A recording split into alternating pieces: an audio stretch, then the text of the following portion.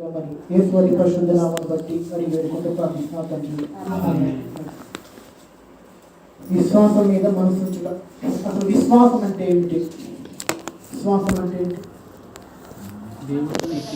చేసేటప్పుడు దేవుడి మీద విశ్వాసం ఉంచి ఓకే మంచిది. విశ్వాసం అంటే దేవునికి లోబడటమే విశ్వాసం. అంటే చాలా మంది కూడా మరి పేతురు విశ్వాసం ఉంది కదా, మరి పేతురు ఎందుకు నీటిలో మునిగిపోయాడు? దేవుని వైపు చూడకుండా నీళ్ళ వైపు చేసింది కాబట్టి. మంచిది.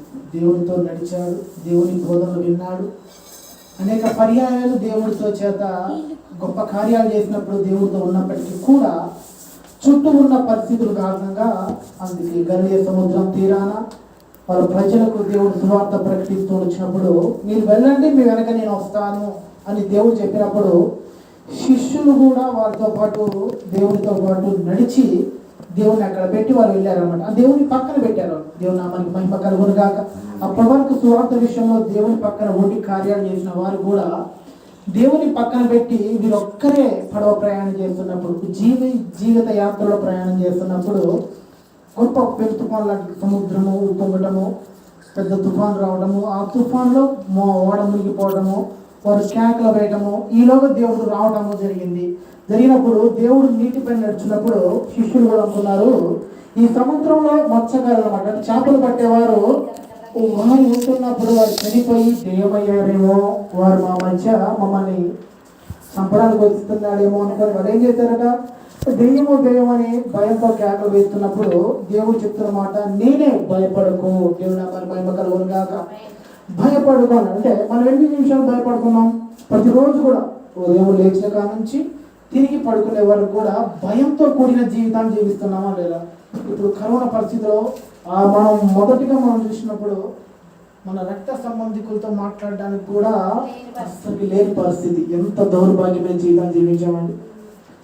కూతురు ఏడుస్తుంటే చూడండి, ఒక ఊరిలో చిన్న పిల్ల 6 నెలల పాప పాల కోసం ఏడుస్తుంటే తల్లి పాలేని పరిస్థితి.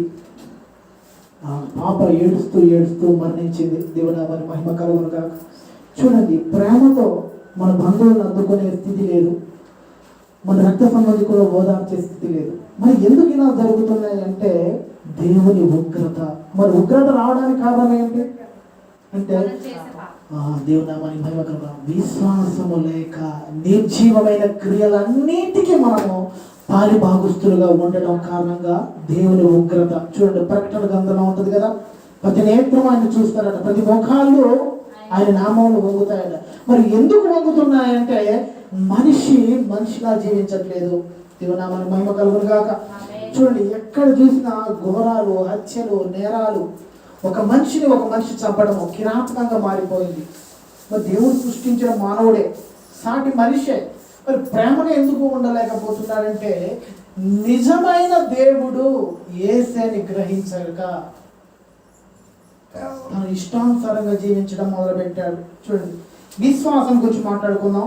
విశ్వాసం ఉంటే చాలని చాలా మంది క్రైస్తవులు విశ్వాసులు కూడా దేవుని నమ్మినాం, నీటిలో బాప్తిస్మం తీసుకున్నాం, పేరు పెట్టారు మనకి, నెల దేవుని యొక్క రక్తంలోను రొట్టెలో పాని భాగస్తులుగా ఉంటున్నాం, ఇది కాదా క్రైస్తవం అని చాలా మంది అపోహపడుతూ ఉన్నారు. మరి ఏది క్రైస్తవం అంటే ఏంటంటే, క్రైస్తవము అంటే క్రీస్తుని పోలి నడవడమే. దేవుని నామానికి మహిమ కలుగును గాక. ఈ విధంగా వీరు విశ్వాసము లేక మన తండ్రి అయిన అబ్రహాం గారు, మన ఆ విశ్వాసములకు తండ్రి అయిన అబ్రహాం గారు కూడా ఒకప్పుడు 12వ అధ్యాయం చూసినట్టుగా ఆదికాండము